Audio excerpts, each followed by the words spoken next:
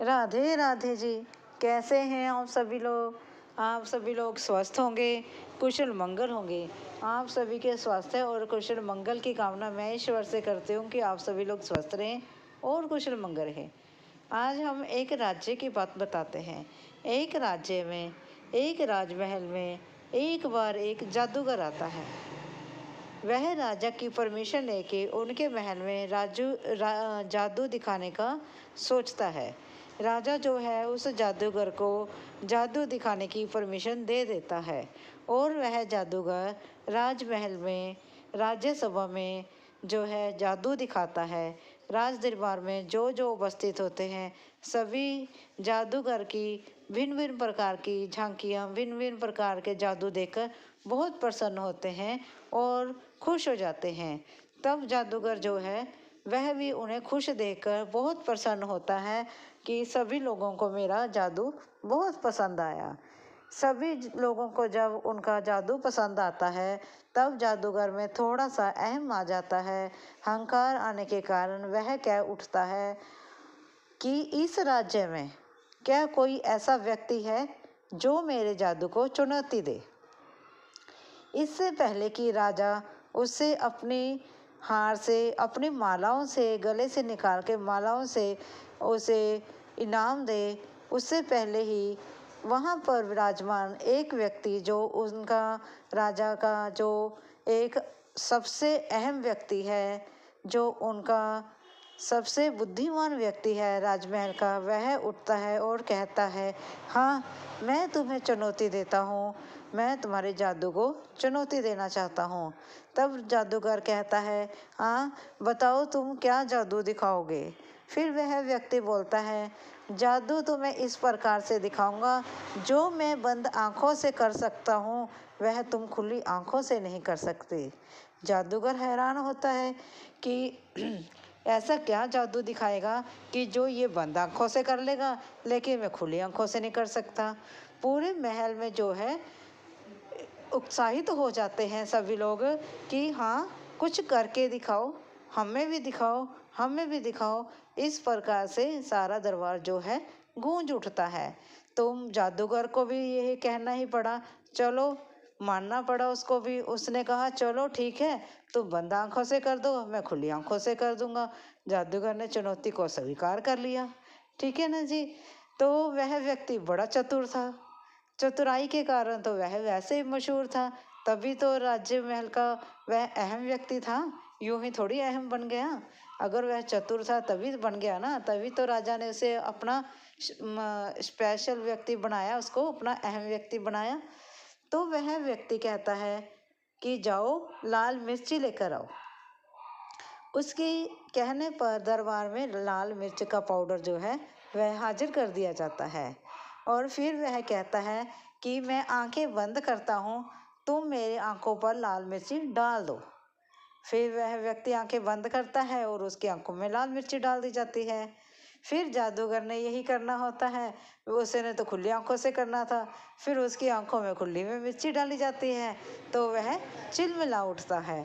इस प्रकार से पूरे महल में वह जादूगर इतना ज़्यादा तिलमिला उठता है, नेचुरली है कि तिलमिलाएगा तो है ही, जब आंखों में मिर्ची जाएगी तकलीफ तो होगी। वह दूसरा व्यक्ति था, उसकी आंखें बंद थी, जब उसकी आंखों में मिर्ची लगी तो वह तड़फा ही नहीं, वह तिलमिलाया नहीं, उसे कोई फर्क नहीं पड़ा। इस प्रकार से उस व्यक्ति ने जादूगर का जो घमंड है वह तोड़ा। तब इस प्रकार से हमें भी यही चुनौती मिलती है, इस प्रकार से हमें यही शिक्षा मिलती है कि हमें भी कोई भी काम करके हमें अहंकार नहीं करना चाहिए और किसी भी चुनौती को स्वीकार करने से पहले उसे सोच समझ लेना चाहिए।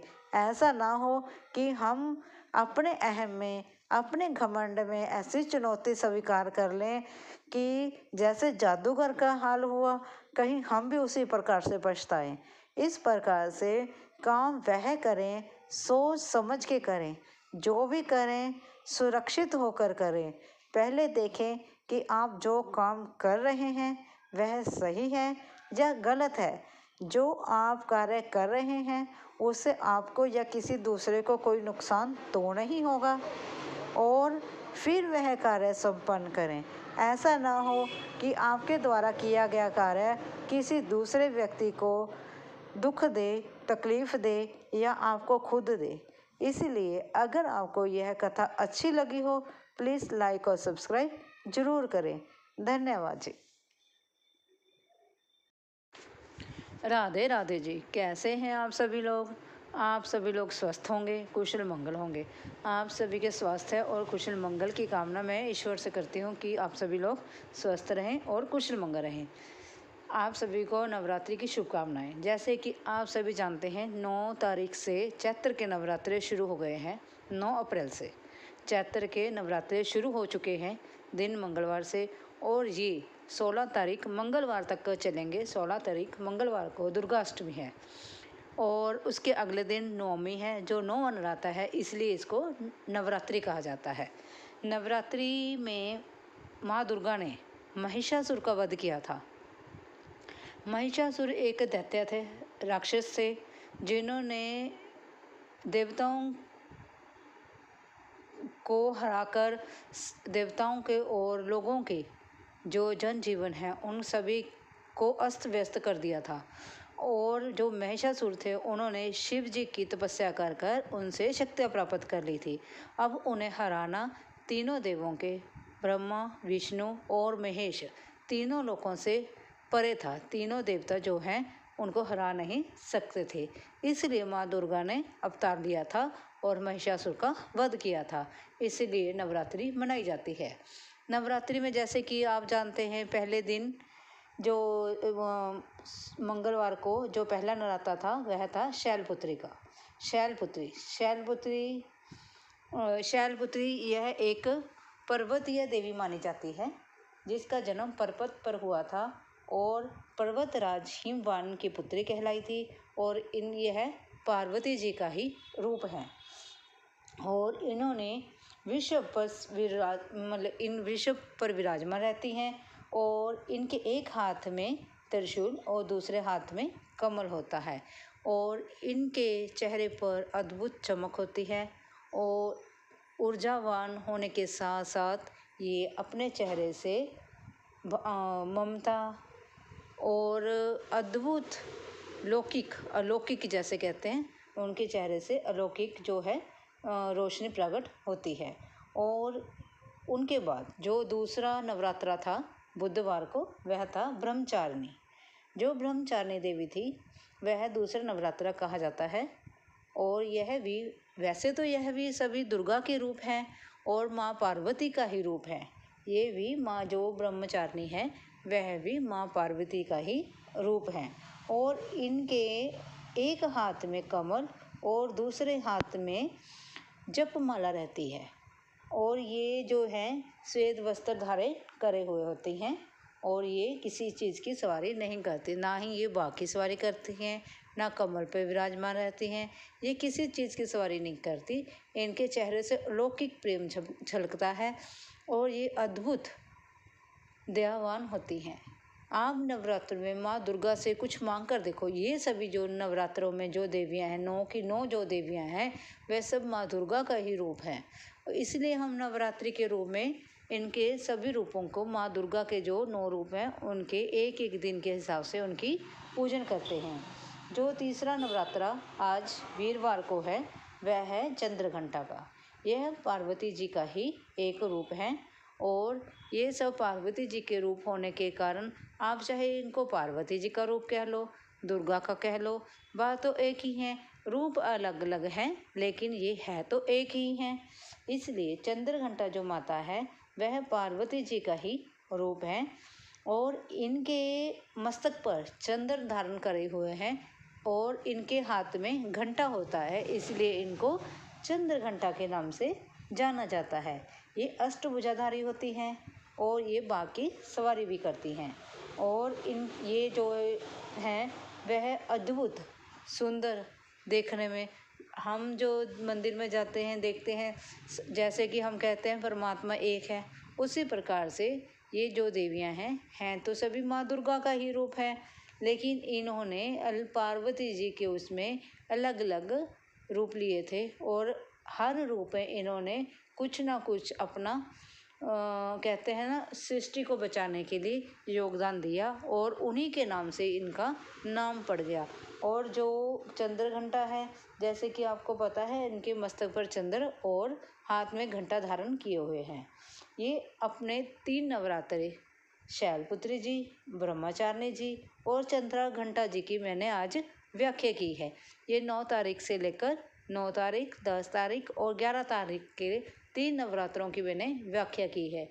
आप सभी को नवरात्रों की बहुत शुभकामनाएं। जिन जिन लोगों ने नवरात्रों में व्रत किया है और जो अखंड ज्योत करते हैं, उन सभी को अखंड ज्योत के लिए पहले तो आप जो अखंड ज्योत जलाते हैं उनको बहुत बहुत सावधानी की ज़रूरत है। ध्यानपूर्वक करें और पवित्रता से और श्रद्धा भावना से करें। और जो लोग इन नवरात्रों में व्रत करते हैं उन्हें अपने व्रत में ज़्यादातर पानी पीना चाहिए और लिक्विड चीज़ें लेनी चाहिए ताकि हमारे शरीर में ठंडक बनी रहे। भोजन भी खाएं। भोजन मैंने अन्न नहीं खाना होता है, इसमें आप फलाहारी खा सकते हैं, फल खाओ और आप जैसे कि ओगले का आटा होता है वो खाएं, सौंफ या चावल खाएं, आलू का हलवा बनाएं, आलू की सब्जी बनाएं, शकराकंदी खाएं। कोशिश करें कि लिक्विड चीज़ ज़्यादा लें और आप पानी पर्याप्त मात्रा में पिएं ताकि आपकी शरीर में नमी बनी रहे। और आप कोशिश करें खीरा, ककड़ी, ये सभी चीज़ें खाएं और स्वस्थ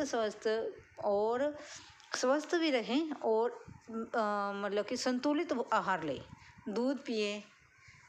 इन सभी शेक बनाएं, बनाना शेक बनाकर भी पी सकते हैं। जो अकेला दूध नहीं पीते वह अपने दूध में केला डालकर बनाना शेक बनाकर भी पी सकते हैं। चॉकलेट शेक पी सकते हैं, बनाना शेक पी सकते हैं। बहुत सारी चीज़ें हैं जो हम अपने भोजन में ऐड कर सकते हैं। इसलिए आप सभी को नवरात्रि की बहुत बहुत शुभकामनाएं। धन्यवाद जी। अगर वीडियो अच्छी लगी हो लाइक और सब्सक्राइब ज़रूर करें। थैंक यू जी। हेलो माय यूट्यूब मेंबर्स, आप सभी का मेरे यूट्यूब चैनल पर आपका स्वागत है। मैंने आप सभी के लिए मेंबरशिप ऑन कर दी है। आप चाहें तो मेरी मेंबरशिप भी ले सकते हैं और मैंने अपनी वीडियो में कुछ आर्टिकल्स के लिंक डाले हैं। आप चाहें तो मेरी पसंदीदा वह आर्टिकल्स देख सकते हैं और ख़रीद भी सकते हैं। उस लिंक पर जाएं और आर्टिकल देखें, पसंद करें और ख़रीदें। आप सभी का बहुत धन्यवाद होएगा। थैंक यू जी।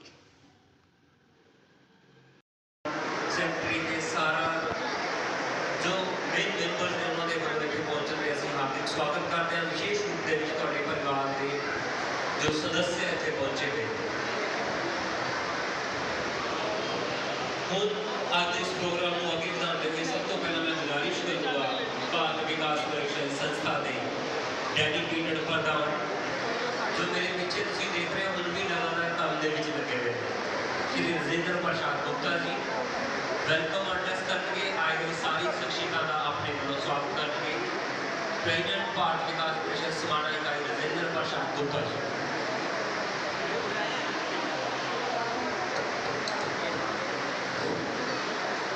भारत माता की, भारत माता की।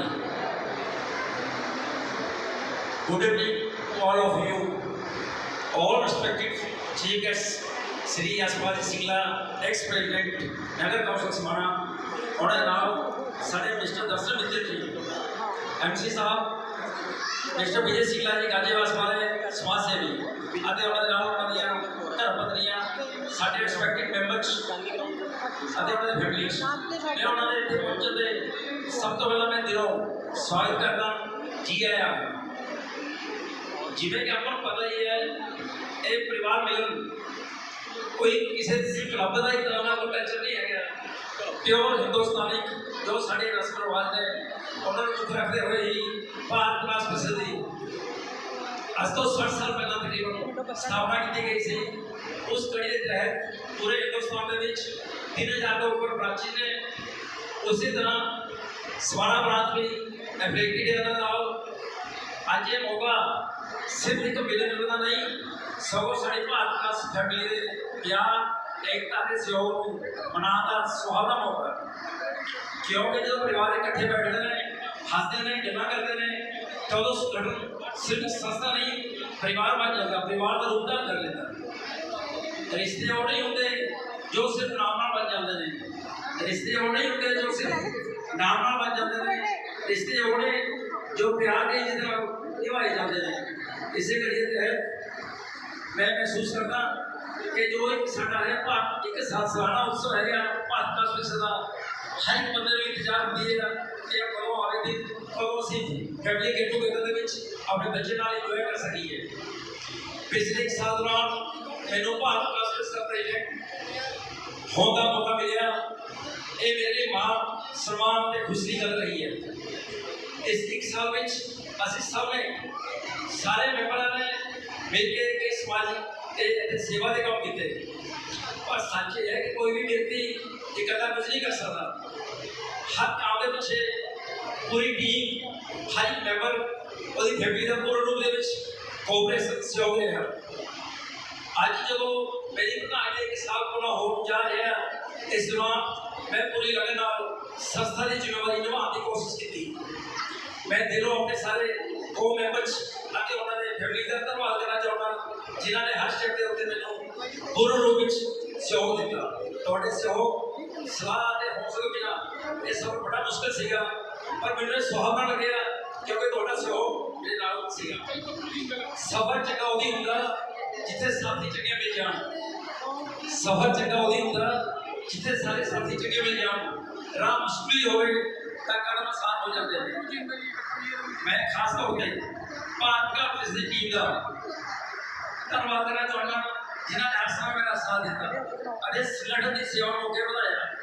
इसके नाल ही सारे फैमिली मैंबर्स का भी खास धन्यवाद करना चाहूँगा क्योंकि जो परिवार का सहयोग मिलता तो कोई भी मैंबर अगे होकर बिना किसी संतोष तो बिना किसी चीज़ के तो सेवा करता अपना योगदान पा सकता। आज का समागम सानू याद दिलाता कि साड़ी सब तो बड़ी ताकत एकता, दोस्ती और परिवारिक माहौल है। एकता भी ताकत है, एक सब जानते हैं जो दिल मिल जाता है तो अपने आप बन जाते हैं। अखीर में मैं यही कहना चाहूँगा कि साडा परिवार ऐसे ही इकट्ठे रहे, प्यार और सेवा की भावना अगे बढ़ता रहे, समाज में लाई रही, असीं सारे मिलजुल के काम करते रहे, मुस्कुराहटा बढ़ते रहिए, प्यार बढ़ाते रहिए, यही असल खुशी है। मिलकर जीवन सजाते रहिए। थोड़ा सारा प्यार सहयोग करके सत्कार के मैं कोई फिर दिनों धन्यवाद करना जय हिंद। पोचा लगवाने वाली नौकरों से तुम तो धिकार दी, ओ पत्नी क्यों न करे तेरी आरती। जय जय जय पत्नी रानी तुम तो हो मेरी रानी, करती हो तुम मनमानी हम सब उतारे तेरी आरती। ओ पत्नी हम सब उतारे तेरी आरती। धूप दीप ना तुझको भावे ना कपूर ना भाती, धूप दीप ना तुझको भावे ना दीप ना भाती। लाल लिपस्टिक तुमको भावे पाउडर से हर साथी हमको उल्लू बनाने वाली पागल बनाने वाली लगती हो भोली भाली, हो तुम बंदूक की नाली सारी कमाई तुम डकारती। ओ पत्नी हम सब उतारे तेरी आरती। जय जय जय पत्नी रानी करती हो तुम मनमानी हम सब उतारे तेरी आरती। सारियां लिखना आदियां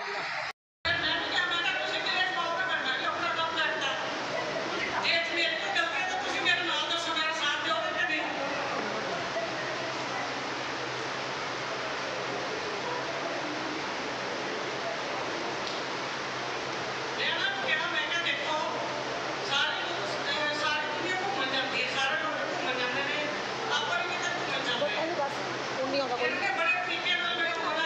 बैठ जो कहते ऊपर जा युक्ति ਨਾਲ ਗੱਲ ਕਰ ਲਿਆ ਆਪਣੀ ਇੱਕਦਮ ਕਹਿੰਦੇ ਚੱਲ ਠੀਕ ਹੈ ਆਪਾਂ ਚੱਲਦੇ ਮੈਂ ਕਿਹਾ ਚਲੋ ਠੀਕ ਹੈ ਕਹਿੰਦੇ ਚੱਲ ਏਦਾਂ ਕਰ ਮੇਰੀ ਨਾ ਸ਼ਰਟ ਹੈ ਕੱਢ ਮੈਂ ਸ਼ਰਟ ਦਿੱਤੀ ਕਹਿੰਦੇ ਕਿ ਸ਼ਰਟ ਹੈ ਇਹ ਗੰਦੀ ਸ਼ਰਟ ਹੈ ਤੇ ਕਾਲਰ ਵੀ ਲੈ ਕੇ ਉਹ ਗੁੱਸਾ ਚੜ ਗਿਆ ਮੈਂ ਕਿਹਾ ਚੱਲ ਪਾਣੀ ਲੈ ਕੇ ਗਲਾ ਪਾਣੀ ਲੈ ਕੇ ਤਾਂ ਕਹਿੰਦੇ ਗਲਾਸ ਕੱਢ ਇੱਕ ਗਲਾਸ ਹੈ ਗਲਾਸ ਸਾਫ ਨਹੀਂ ਹੈਗਾ ਚਲੋ ਜੀ ਉੱਥੇ ਲੜਾਈ ਹੋ ਗਈ ਸਾਡੀ ਮੈਂ ਕਿਹਾ ਚੱਲ ਮੈਨੂੰ ਖਾਣਾ ਲਿਆ ਕੇ ਦੇ ਮੈਂ ਖਾਣਾ ਲਿਆ ਕੇ ਦਿੱਤਾ ਇਹ ਰੋਟੀ ਛੜੀ ਹੋਈ ਹੈ ਸਬਜ਼ੀ 'ਚ ਨਮਕ ਨਹੀਂ ਹੈ ਮੈਂ ਕਿਹਾ ਮੈਂ ਨਹੀਂ ਜਾਂਦੀ ਕਹਿੰਦੀ ਤੁਹਾਡੇ ਨਾਲ ਮੈਂ ਤੁਸੀਂ ਰਹਿਣ ਦੋ ਮੈਂ ਨਹੀਂ ਜਾਣਾ ਜੁਣਾ ਕਹਿੰਦਾ ਚਲਾ ਛੁੱਟੀ ਮੇਰੀ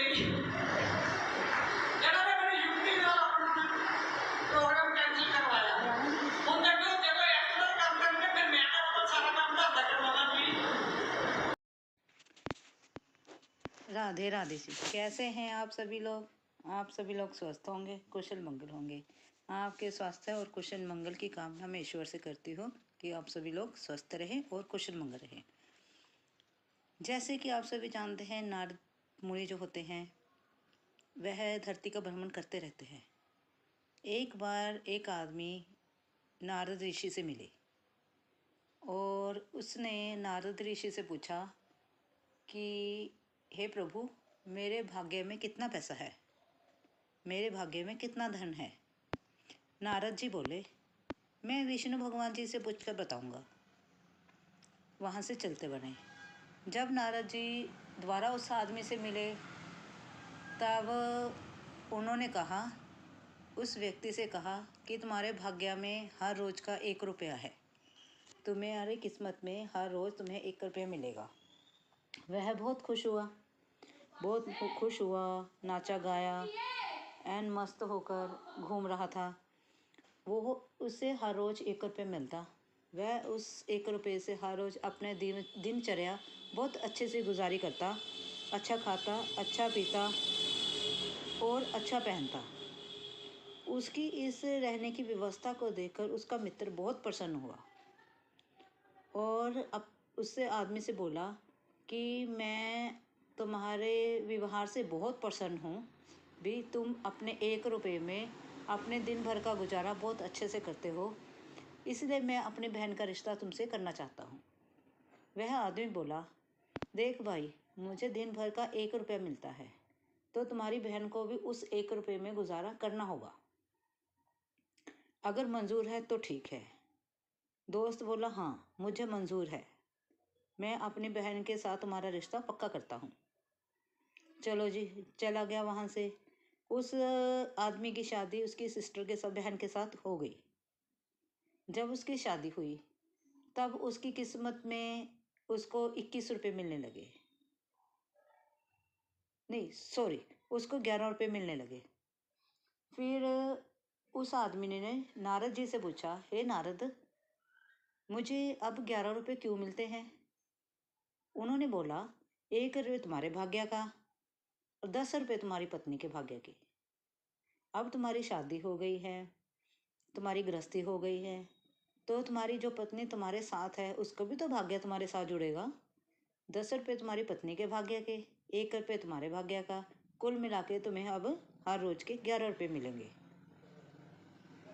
चलो, वो 11 रुपये लेके बहुत खुशी से अपना मस्त उसने घर बनाया, सब कुछ किया, अच्छा खाते, अच्छा पहनते, दोनों जने खुशी खुशी से अपना जीवन व्यतीत करने लगे। धीरे धीरे करके उनके घर में एक छोटा सा नन्हा मेहमान आया। नन्हा मेहमान, उनका एक बच्चा। जब उनके बच्चा पैदा हुआ तब उनके उसमें कुछ रुपए और जुड़ गए। फिर वह आदमी फिर भागा नारद जी के पास गया और बोला, हे नारद जी, अब मेरी किस्मत में 31 रुपये कैसे बन गए?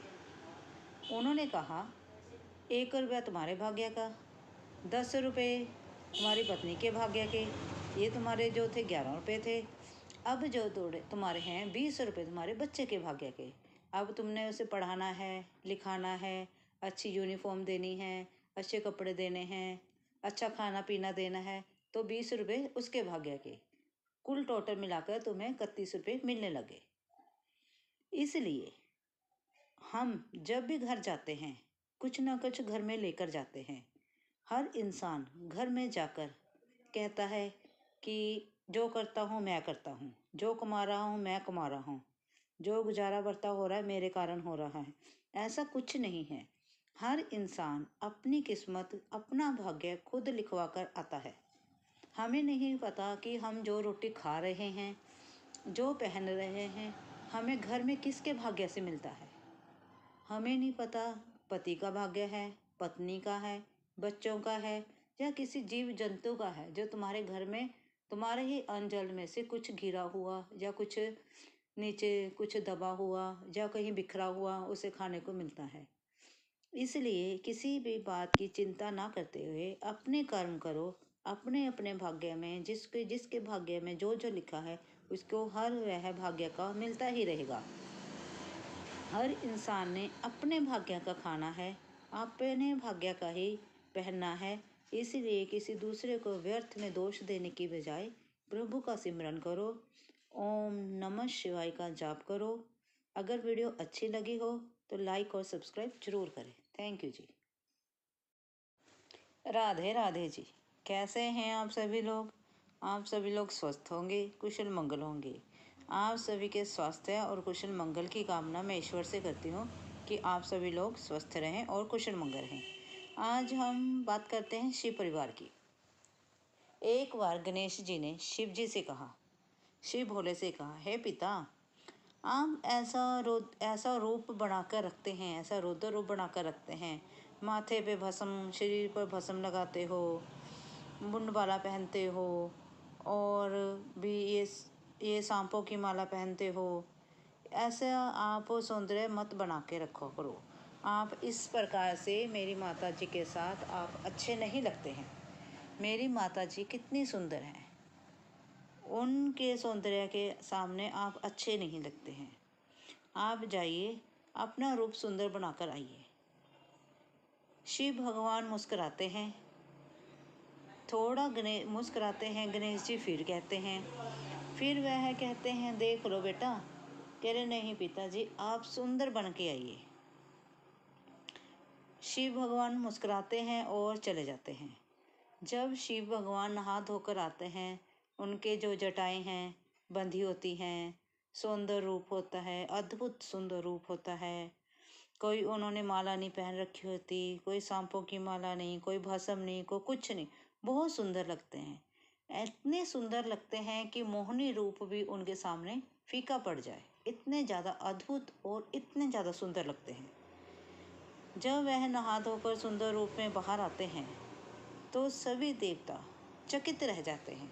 सभी देवता हैरान रह जाते हैं कि आज शिव भगवान ने कितना सुंदर रूप धारण कर लिया है। और उनको देखकर गणेश जी भी चकित रह जाते हैं कि पिताजी कितने सुंदर लग रहे हैं। और वह सिर झुकाकर खड़े रहते हैं। फिर भोले शंकर मुस्कुराते हैं और कहते हैं, क्या बात बेटा, अब तो मैं सुंदर बनकर आया हूँ, अब तो मैं तुम्हारी माता जी के साथ अच्छा लगूंगा, अब तुम्हें क्या परेशानी है? तब गणेश जी बोले, नहीं पिताजी, आप पहले वाला ही रूप धारण कर लीजिए। फिर भगवान मुस्कुराए और बोले, ऐसा क्यों? कहते, मैं नहीं चाहता। गणेश जी बोले, मैं नहीं चाहता कि मेरी माता जी से ज़्यादा सुंदर कोई दिखे।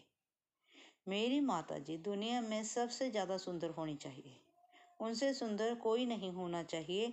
इसलिए आप उनसे ज़्यादा सुंदर लग रहे हैं, इसलिए आप अपना पूर्ण रूप धारण करके आएँ। वही भस्म वाला, वही नागमाला वाला, वही जटाओं वाला, वही रूप धारण करें। फिर शिव भगवान मुस्कुराते हैं और अपना पहले वाला रूप धारण कर लेते हैं। इसी प्रकार आज भी वही चला आ रहा है। आज के ज़माने में भी, आज के समय में भी वही चला आ रहा है। जैसे कि पुरुष है, थोड़ा वह गुस्से वाला होता है, उसका रूप थोड़ा रौद्र होता है। क्यों? क्योंकि उसके सिर पर परिवार की जिम्मेवारियां होती हैं, पर परिवार में मान सम्मान बनाकर रखना होता है और परिवार के अंदर पूरी स्ट्रिक्टनेस के साथ वह रहते हैं। अगर उनके सिर से जिम्मेवारियां ख़त्म हो जाए, एक पुरुष के सिर से जिम्मेवारियां खत्म हो जाएं तो वह भी अद्भुत सुंदर हो जाएंगे। इसी प्रकार पार्वती माता जी की तरह औरतें हैं नरम, सुंदर, ममतामय और परिवार को स्नेह देने वाली, जैसे कि पहले माँ पार्वती होती थी। बोलो हर हर महादेव। इस करके इसलिए हमें जो जैसे चल रहा है उसको उसी प्रकार से चलने देना चाहिए।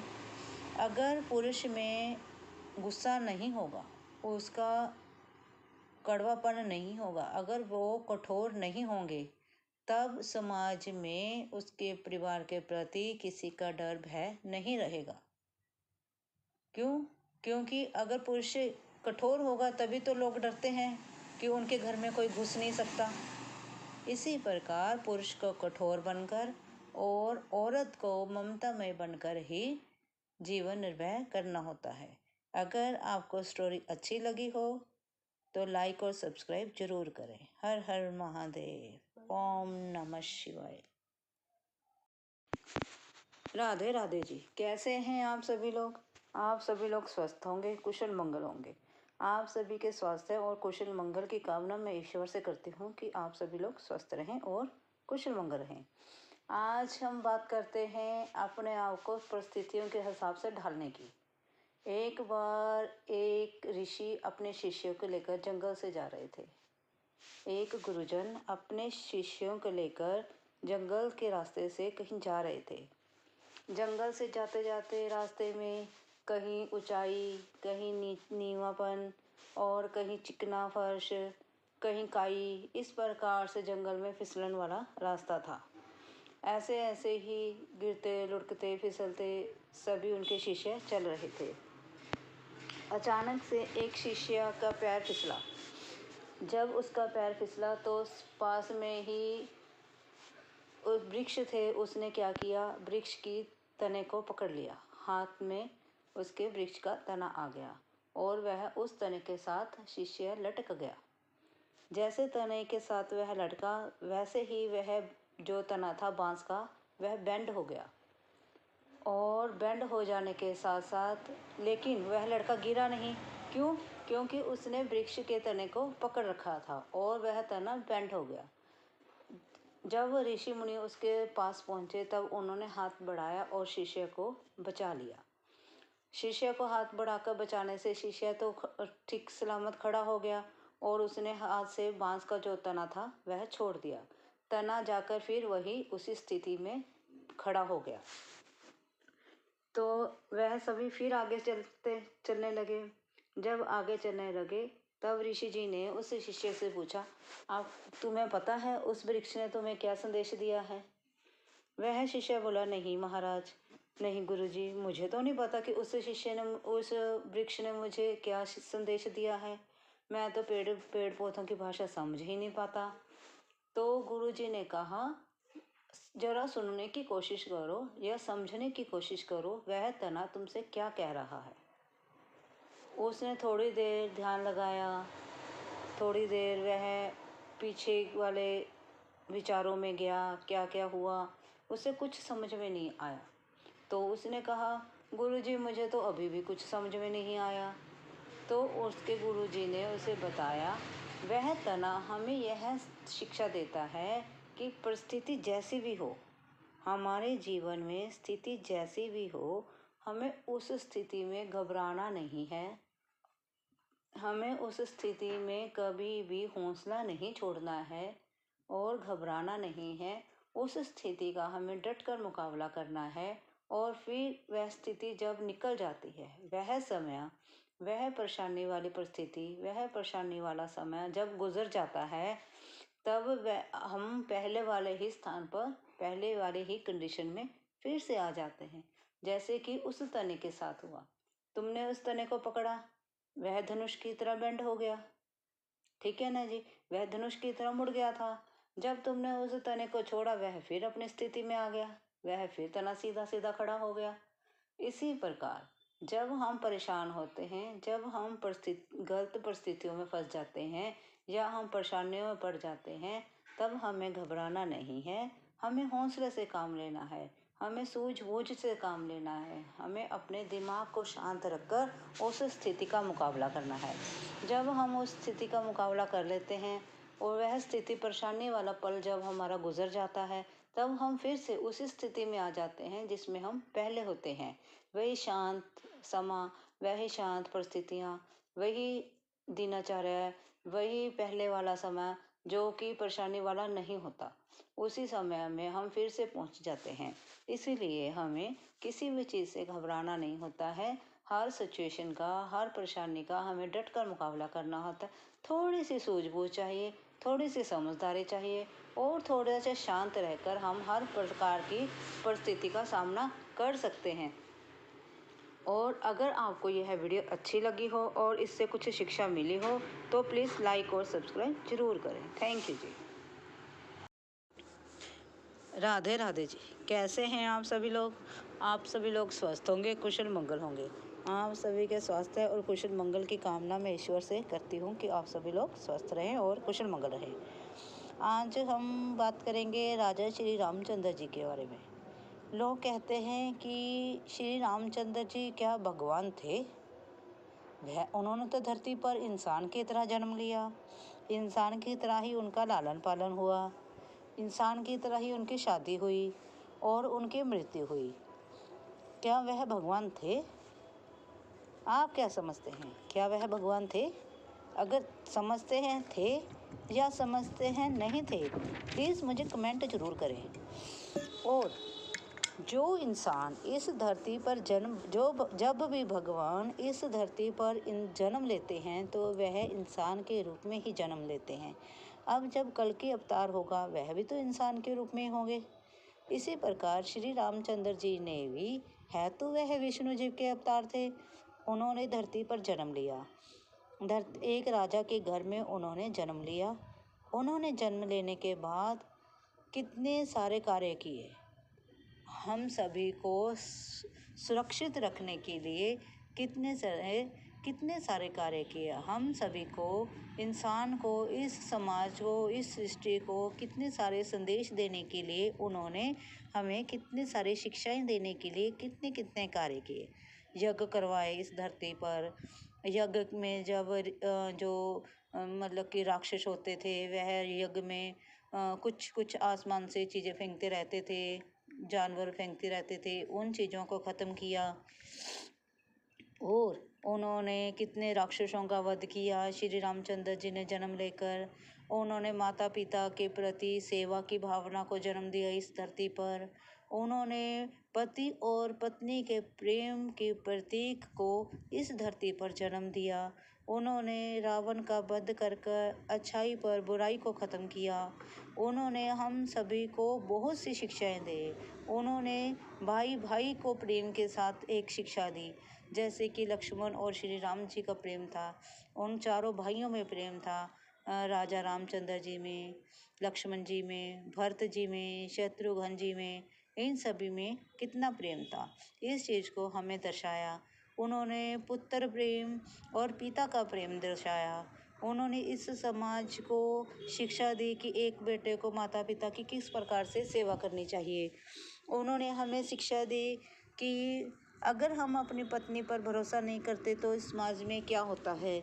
उन्होंने हमें भरोसा दिलाया, उन्होंने हमें शिक्षा दी कि किसी दूसरे पर विश्वास ना कर अपने परिवार पर विश्वास करो। इसी प्रकार से उन्होंने हमें कई प्रकार की शिक्षाएं दी। हमें इन शिक्षाओं से हमें बहुत कुछ सीखना चाहिए। हमें इन शिक्षाओं से बहुत से ज्ञान प्राप्त होते हैं। इस सृष्टि की एक इस प्रकार से रचना करने की कोशिश की कि इस सृष्टि में किसी प्रकार की बुराई ना हो। इस सृष्टि में उन्होंने शूर्पणखा नाम की एक यह भी एग्जाम्पल दी जो कि आज के समाज के लिए उचित है। इसी प्रकार से उस समाज में, उस समय में जब श्री रामचंद्र जी पर जब भी कोई मुसीबत आती थी, एक भाई दूसरे भाई के लिए कैसे सामने खड़ा हो जाता था, उसकी रक्षा के लिए, उसके बचाव के लिए किस प्रकार से खुद सामने आता था, इस प्रकार को उन्होंने इस प्रकार से हमारे समाज को शिक्षा दी। और उन्होंने शिक्षा दी कि एक नारी हर एक प्रकार से सक्षम है। वह सीता जी के एग्जाम्पल से ले लो आप, कि उन्होंने जंगल में रहकर भी जो हमने पढ़ा कि हमने नहीं देखा है कि श्री रामचंद्र जी ने सीता जी को सच में वनवास उन्होंने त्याग दिया था, या सीता जी ने सच में ही जंगल में जाकर एक ऋषि की कुटिया में अपने बच्चों को जन्म दिया था। ये सब एक किताबी बातें हैं, हमने किताबों से पढ़ी हैं, हमने रामायण से इस बातों को पढ़ा है, हमने नहीं देखा है। क्या आपने इसको देखा है? नहीं देखा है ना। हम में से कोई भी इंसान ऐसा नहीं है जिसने इसको देखा होगा कि श्री रामचंद्र जी ने अपनी पत्नी का त्याग कर दिया था। हमें नहीं मालूम कि उनके जीवन में क्या चल रहा था, या उन्होंने सीता जी का त्याग किया था या नहीं किया था। हमें नहीं मालूम कि उस समय में रावण ने सीता जी का हरण किया था या नहीं किया था। ये सब हमने श्री रामायण जी से पढ़ा है कि रावण ने सीता जी का हरण किया। तो एक पत्नी के वियोग में श्री रामचंद्र जी की क्या दशा हुई है, इससे हमें यह सीखने से मिलती है कि जब तक जीवन की गाड़ी के दोनों पहिए एक साथ नहीं चलेंगे तो जीवन की गाड़ी नहीं चल सकती। जिस प्रकार से सीता जी के बिना सीता जी के बिना रामचंद्र जी की ऐसी दशा हो गई थी, उसी प्रकार से आज के समय में भी जब एक पति पत्नी के साथ ना हो और पत्नी अपने पति के साथ ना हो, तो भी उस समय इसी प्रकार का समय होता है, इसी प्रकार से जीवन होता है कि एक दूसरे के बिना पति और पत्नी के साथ ना होने से जीवन की गाड़ी जो है वह चल नहीं सकती, वह डामाडोल हो जाती है। उसी प्रकार से श्री रामचंद्र जी ने जब रावण का वध किया तो उससे उन्होंने एक बुराई को ख़त्म किया, जो कि आज के समाज में पता नहीं ना जाने कितने रावण इस दुनिया में घूम रहे हैं, इस पृथ्वी पर घूम रहे हैं। एक घर में पता नहीं कितने से रावण होंगे, एक चेहरे के पीछे 10-10 चेहरे लगाकर लोग घूमते हैं। रामचंद्र जी ने तो उस रावण का वध किया था। आज के ज़माने में पता नहीं कितने रावण हैं, लेकिन फिर भी वह चाहे जितना भी उन्होंने कोशिश की इस समाज को स्वच्छ बनाने के लिए, पर फिर भी आज के इंसान ने उस बुराई को ख़त्म ना करते हुए पता नहीं कितनी सारी बुराइयां इस समाज में पैदा कर दी हैं, जिस समाज को हम कभी अब सुरक्षित नहीं बना सकते और सेफ नहीं बना सकते। इस समाज को स्वच्छ और सुरक्षित बनाने के लिए हमें खुद कदम उठाना होगा, खुद आगे बढ़ना होगा और खुद ही इस सिचुएशन को, इस परिस्थितियों को डटकर मुकाबला करते हुए हमें बहुत सी परेशानियों का डटकर मुकाबला करना होगा और अपने लिए, दूसरों के लिए खुद सामने आकर लड़ने के लिए खड़े होना होगा, ताकि हम अपनी सूझबूझ के साथ, अपनी समझदारी के साथ इन परिस्थितियों का डटकर मुकाबला करें और उनसे, अपनी परेशानियों से अपने आप को बचाते हुए हमें बल्कि दूसरों को भी बचाना होगा। इस समाज में ना जाने कितने रावण हैं, जो कि आज की छोटी छोटी बच्चियों को, जो कि आज की मासूम बच्चियों को रोंदते जा रहे हैं। हमें उन सबको इन समाज से मिटाने के लिए हमें अपने ही बच्चों को इतना सक्षम बनाना होगा कि उनको कोई कुछ कह ना सके, उनसे कोई गलत कार्य ना करवा सके। इसलिए हमें सबको आगे बढ़ते हुए इस समाज की रक्षा करने के साथ साथ अपने परिवार को भी इन बुराइयों से लड़ने के लिए तैयार करना होगा। और हम कहते हैं कि लोग कहते हैं या हम कहते हैं, हम भी लोगों में ही आते हैं, हम कहते हैं कि श्री रामचंद्र जी भगवान नहीं थे। क्या वह भगवान नहीं थे? इन सभी चीज़ों को नज़र में रखते हुए हम यही कहेंगे कि वह भगवान थे, क्योंकि आज के समाज में जब हमारे लिए कोई अच्छा कार्य करता है तब हम कहते हैं कि वह इंसान हमारे लिए भगवान का रूप था, जिसने हमारे जीवन में ऐसे अच्छा काम किया, हमारे जीवन में हमारी परेशानियों से हमें निकालने में हमारी मदद की। तो उन्होंने तो पूरे समाज के लिए कदम उठाए थे, उन्होंने तो पूरे समाज के लिए लड़ने की कोशिश की थी। रावण का वध किया, शूर्पणखा का वध किया, अन्य कई परिस्थितियों को उन्होंने हैंडल किया। जैसे कि आपने देखा होगा, उन्होंने शबरी के झूठे बेर खाकर हमें यह शिक्षा दी कि कुछ नहीं झूठा और कुछ नहीं होता बुराई में, सच्चा होता है प्रेम। सच्चा होता है अच्छाई, सच्चा होता है वह प्रेम जो हम एक दूसरे के साथ करते हैं। जो कि सच्चाई के साथ खड़ा है उससे प्रेम करो और समाज में अच्छे अच्छे कार्य करो, जिस अच्छे कार्य के साथ हम अपने और अपने आसपास के सभी लोगों के साथ सहयोग से सहयोग कर कर हम उनको आगे बढ़ने की शिक्षा दें और सभी परिस्थितियों का, सभी बुराइयों का डटकर मुकाबला करें। अगर आपको यह मेरी वीडियो अच्छी लगी हो या आपको लगा हो कि इसमें कुछ अच्छा है तो प्लीज़ कमेंट ज़रूर करें। अगर लाइक और सब्सक्राइब भी ज़रूर करें। थैंक यू जी।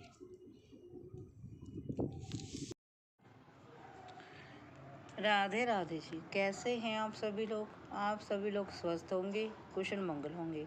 आप सभी के स्वास्थ्य और कुशल मंगल की कामना मैं ईश्वर से करती हूँ कि आप सभी लोग स्वस्थ रहें और कुशल मंगल रहें। आज हम बात करेंगे भगवान शिव की और पार्वती जी की।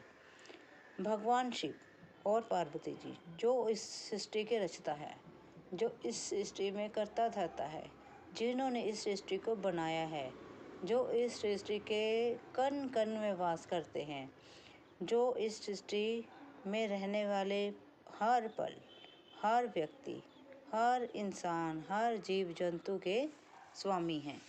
उनकी कृपा से यह पृथ्वी चलती है। इस उनकी कृपा से हमारे यहाँ कहते हैं कि ईश्वर की मर्जी के बिना तो एक पत्ता भी नहीं हिलता।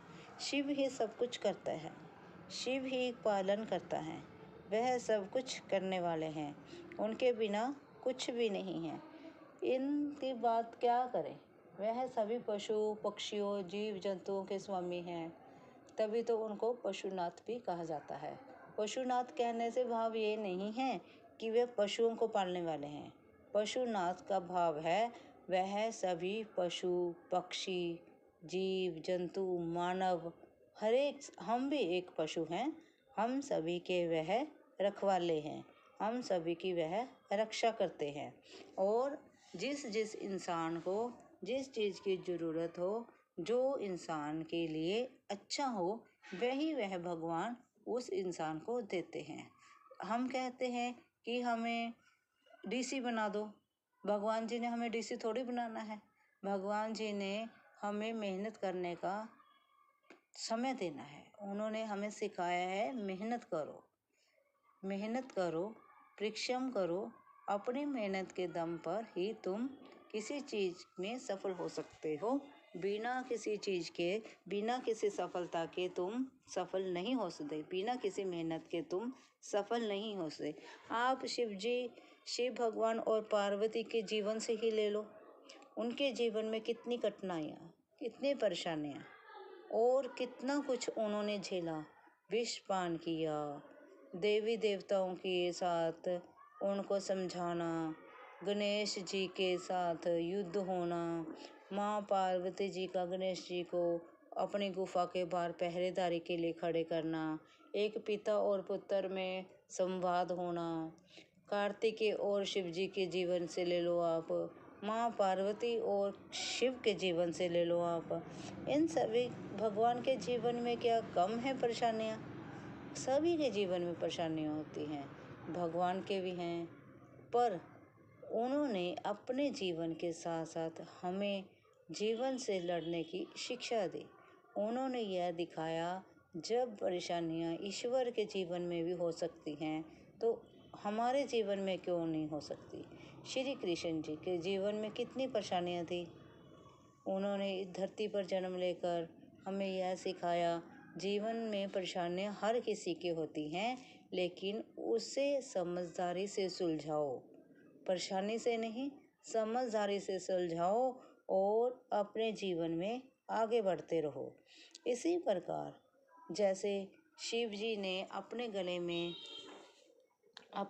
में सिर काट कर, सिर मुंड, जैसे कहते हैं कि मुंडमाला पहनी हुई थी, एक मुंड मैंने सिर की माला बनाकर पहनी हुई थी। एक दिन पार्वती जी ने उनसे पूछा कि आपने ये माला क्यों पहनी है, ये खोपड़ियों की माला आपने क्यों पहनी है? तब शिव जी ने उन्हें बड़े प्रेम से समझाया, हे पार्वती, ये तुम्हारे ही सिर हैं। ये 108 सिरों की जो माला है ये तुम्हारे ही सिर हैं। ये तुमने जिस जिस जन्म में जब जब तुमने जन्म लिया ये तुम्हारे सिर मैंने माला के रूप में पहने हैं। अब तुम्हारा 108वां जन्म है, इसलिए यह 108 सिरों की माला मैंने अपने गले में धारण कर ली। इससे उन्होंने ये समझाया है कि पति पत्नी शिव पार्वती एक ये नहीं कह सकते कि एक दूसरे के अगर वियोग में हम बिछड़ जाते हैं तब हम अलग हो गए, नहीं। वो कहते हैं ये संबंध ऐसा है जिससे हम कभी भी अलग नहीं हो सकते। ये पति और पत्नी के लिए प्रेम का प्रतीक है। उन्होंने इस माला से हमें यह शिक्षा दी है कि वह अपने जीवन में एक पति के हैसियत से वे पार्वती जी से कितना प्रेम करते हैं और उसी प्रकार से हमें भी एक दूसरे की रिस्पेक्ट करते हुए, एक दूसरे का आदर करते सम्मान करते हुए एक दूसरे के लिए हमें कदर करनी चाहिए, एक दूसरे के लिए हमें सहयोग देना चाहिए, ना कि हमें एक दूसरे के लिए लड़ना झगड़ना चाहिए। एक दूसरे के साथ लड़ाई भी होती है, प्रेम भी होता है और परेशानियां भी आती हैं। उन परेशानियों को अच्छे तरीके से, अच्छी समझदारी से सुलझाओ और जीवन को आनंदमय बनाओ और एक दूसरे का मान रखो और एक दूसरे को इज्जत दो। अगर वीडियो आपको अच्छी लगी हो प्लीज़ लाइक और सब्सक्राइब ज़रूर करें। Thank you ji.